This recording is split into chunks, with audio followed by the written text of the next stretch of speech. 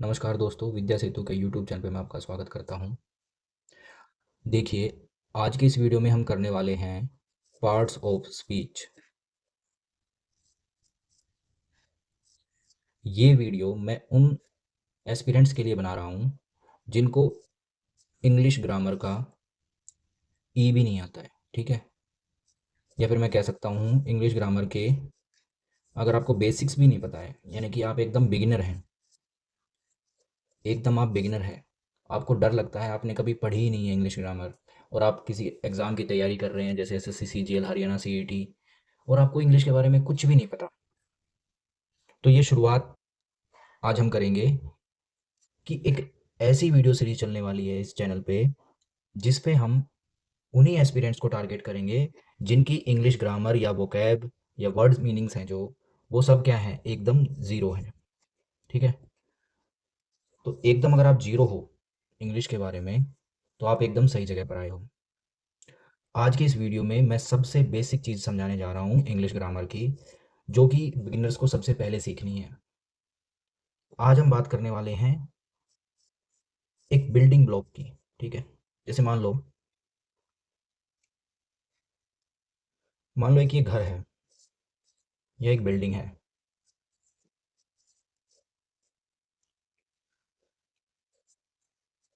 तो ये घर किससे बना होगा? ईंटों से बना होगा या ब्रिक से बना होगा, ठीक है, इस तरीके से। तो यही जो बिल्डिंग ब्लॉक्स हैं, हम उन्हीं के बारे में बात करने वाले हैं। यानी कि एक नींव जो रख रहा हूँ मैं आपको इंग्लिश के लिए, वो इसी वीडियो के माध्यम से मैं समझाऊंगा। तो यहाँ हम एक एक ईंट रखना सिखाएंगे इंग्लिश ग्रामर की, ठीक है? उसके बाद हमें एक कमरा बनाना है और फिर उसी कमरे से एक महल बनाना है। तो हमें पहुंचना है उस लेवल तक जब आप किसी भी कम्पिटिटिव एग्जाम में बैठो तो इंग्लिश वाला जो सेक्शन है उसके क्वेश्चंस आप सोल्व कर पाओ। बहुत सारे एस्पिरेंट्स होते हैं या फिर उनकी स्कूलिंग जब हुई थी तो उनका जो इंग्लिश था वो बहुत ही कमज़ोर रहा और उन्होंने कभी उस पर मेहनत भी नहीं की। तो अब आप कम्पिटिटिव एग्जाम्स में बैठते हो तो इंग्लिश का जो सेक्शन है उसको देखते ही आपको डर लगता है और उसको आप स्किप करके दूसरे सेक्शन पे चले जाते हो, क्योंकि आपने कभी इंग्लिश को ध्यान से पढ़ा ही नहीं, ग्रामर के रूल्स नहीं पढ़े, वोकैब नहीं पढ़ी, तो वर्ड्स के मीनिंग भी नहीं पता। तो अब आपको कैसे शुरुआत करनी है? तो आपको शुरुआत करनी है एकदम बेसिक से, और यही बेसिक्स हैं, इन्हीं बेसिक से हम शुरुआत करने वाले हैं। तो एक एक ईंट पे ध्यान रखना है अब हमें, ठीक है? तो चलिए बिना किसी देरी के शुरुआत करते हैं इस वीडियो की। तो जैसा कि मैंने बताया, ये जो पार्ट्स ऑफ स्पीच हैं ये क्या है? ये ईंट है। अभी ईंट का मतलब यानी कि बिल्डिंग ब्लॉक्स हैं। तो सबसे पहले हमें इंग्लिश ग्रामर में सबसे पहले हमें ये पता होना चाहिए कि ये जो पार्ट्स ऑफ स्पीच है, स्पीच मतलब कोई भी क्या वाक्य है, कि कोई भी सेंटेंस या वाक्य जो बनेगा उसके कौन कौन से पार्ट होने वाले हैं। जैसे कि एक क्रिकेट के मैदान पर हमें खिलाड़ियों को फील्डिंग में लगाना पड़ता है, यानी कि अपना हर एक खिलाड़ी का अपना अपना एक रोल होता है, ठीक है? जैसे यहाँ पर विकेट्स हैं तो इसके पीछे विकेट कीपर होगा, ठीक है? यहाँ फील्डिंग फील्डिंग वाले खड़े होंगे, ठीक है? और यहाँ बॉलर होगा और यहाँ एक बैट्समैन होगा, यहाँ दूसरा बैट्समैन होगा। तो यानी कि ये जो एक तरह से पूरा क्रिकेट का मैच है वो कुछ रूल्स के ऊपर है कि कौन सा खिलाड़ी को कहाँ खड़ा रहना है, तो उसका एक नाम बन जाएगा, ठीक है? हालांकि परिस्थितियों के अनुसार फील्डिंग सेट होती रहती है, तो ऐसे ही परिस्थितियों के अनुसार वाक्य भी बदलते रहेंगे, पार्ट्स ऑफ स्पीच भी बदलते रहेंगे। लेकिन सबसे पहले हमें ये जानना है कि कोई भी वाक्य है वो किस चीज़ से बना हुआ है, और उन्हीं चीज़ों का हमें ध्यान रखना है। तो चलिए एक बार इन ईंटों के बारे में जान लेते हैं। अब ये ईंट किस किस प्रकार की है, ठीक है? तो पहला जो पार्ट्स ऑफ स्पीच है उसको हम कहते हैं नाउन, ठीक है? ये हमारा पहला है, नाउन। दूसरा है हमारा प्रोनाउन। तीसरा है वर्ब। और फोर्थ है एडजेक्टिव। फिफ्थ है एडवर्ब।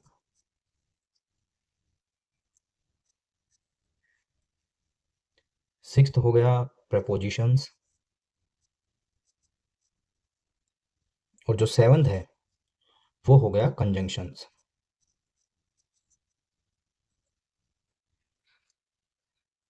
वैसे पार्ट्स ऑफ स्पीच 8 माने गए हैं, लेकिन ये जो 7 हैं हम इनको ही कॉन्क्रीट मानेंगे, यानी ये जो पक्के हैं।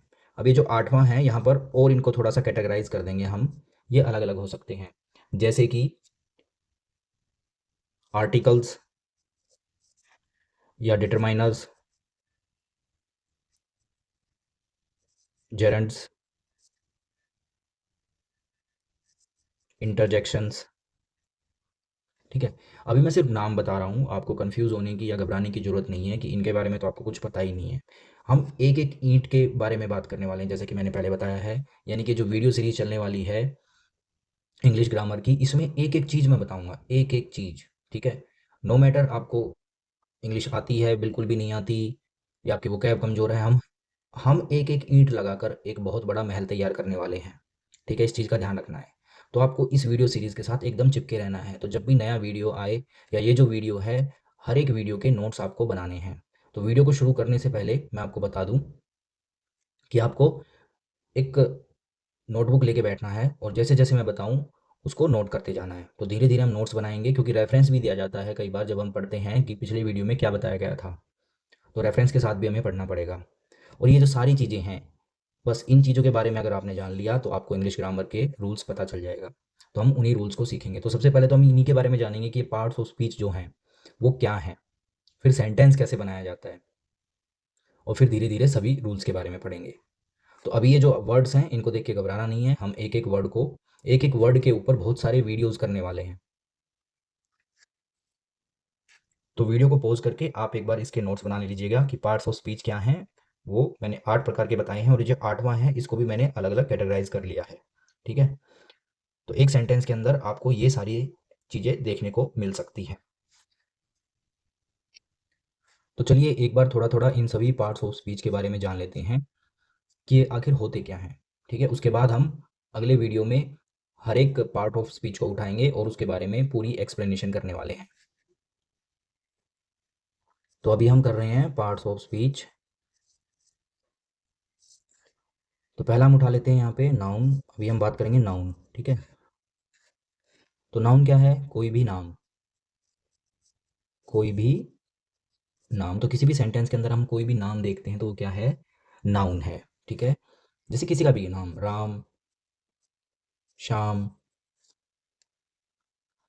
टॉमी, तो ये सब क्या है? ये नाम है, तो इसी को हम बोलते हैं नाउन। दूसरा है प्रोनाउन। प्रोनाउन क्या है?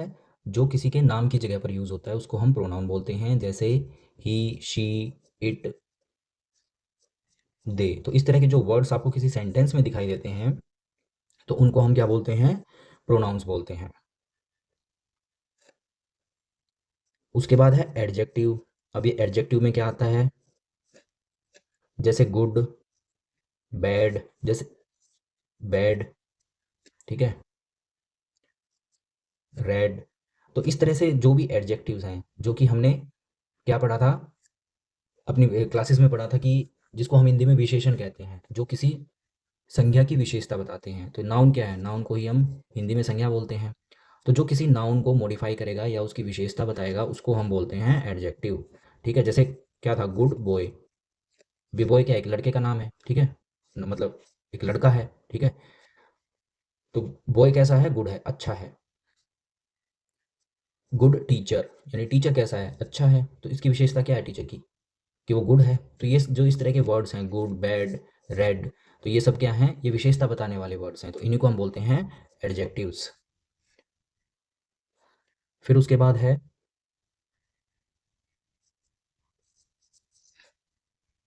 एडवर्ब्स। ठीक है, तो एडवर्ब्स क्या हैं? जो मॉडिफाई करते हैं, मॉडिफाई, या फिर हम क्या कह सकते हैं कि जो विशेषता बताते हैं किसकी? वर्ब्स की या एडजेक्टिव की। ठीक है, जो मॉडिफाई करेंगे किसको? या तो ये वर्ब्स को मॉडिफाई करेंगे या फिर एडजेक्टिव्स को। ठीक है, तो वर्ब क्या है? वर्ब क्या है? क्रिया। ठीक है, तो मैं यहाँ पर बता देता हूँ, ये भी एक पार्ट ऑफ स्पीच है। तो इसके साथ साथ एडवर्ब के साथ साथ मैं वर्ब को भी एक्सप्लेन कर देता हूँ, यानी कि क्रिया को हम बोलते हैं वर्ब। ठीक है, जैसे रन, प्ले, रीड, तो ये सब क्या है? क्रियाएं हैं। तो जो इनको मॉडिफाई करेगा उसको हम बोलते हैं एडवर्ब, या फिर एडजेक्टिव्स को भी मॉडिफाई करता है उसको हम एडवर्ब बोलते हैं। ठीक है, जो एडवर्ब्स होते हैं उनके पीछे इस तरह से एल वाई का यूज होता है। ठीक है, तो एडवर्ब्स के वर्ड कौन कौन से होंगे? जैसे स्लोली।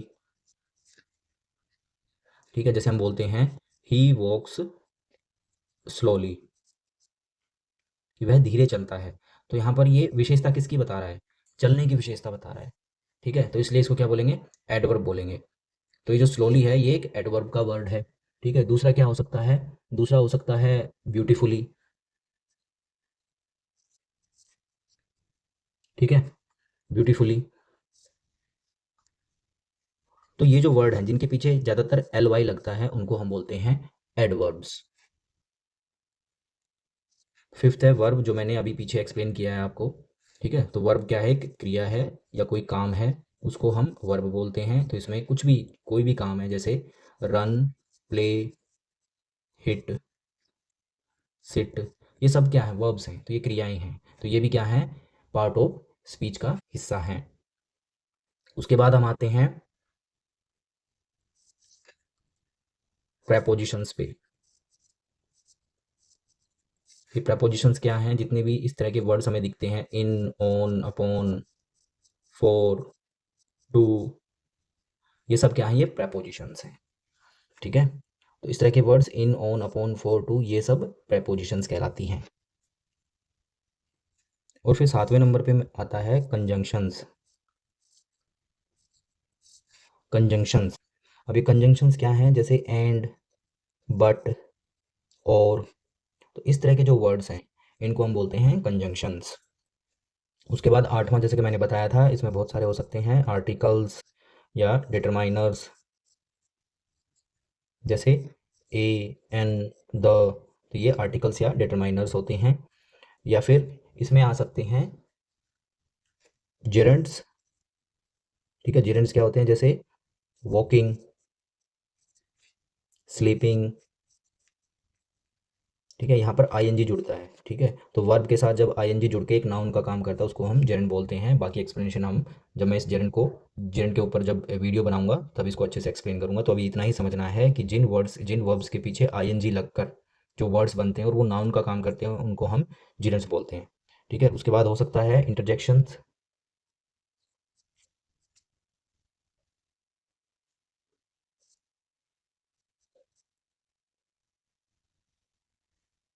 इंटरजेक्शंस में क्या आता है, एक्सक्लेमेशन आता है इसमें, एक्सक्लेमेशन। ठीक है, जो कि इमोशंस को दिखाने के लिए यूज़ होते हैं। ठीक है, भावनाओं को, कैसे, जैसे ऐसे बोलते हैं ना, ओ माई गॉड। ठीक है, और इस तरीके से लिखते हैं, तो ये एक इंटरजेक्शन है। वाओ, खुशी के साथ जैसे हम बोलते हैं, तो एक इंटरजेक्शन है। तो ये थे हमारे पार्ट्स ऑफ स्पीच। अब अगले वीडियोस में हम एक एक पार्ट ऑफ स्पीच को अच्छे से करेंगे, पूरी एक्सप्लेनेशन के साथ करेंगे। तो आपको ये वीडियो कैसा लगा, अगर आपको वीडियो पसंद आया तो इस वीडियो को लाइक कीजिएगा और शेयर कीजिएगा और इस चैनल को सब्सक्राइब कीजिएगा। तो मिलते हैं अगले वीडियो में, तब तक के लिए जय हिंद।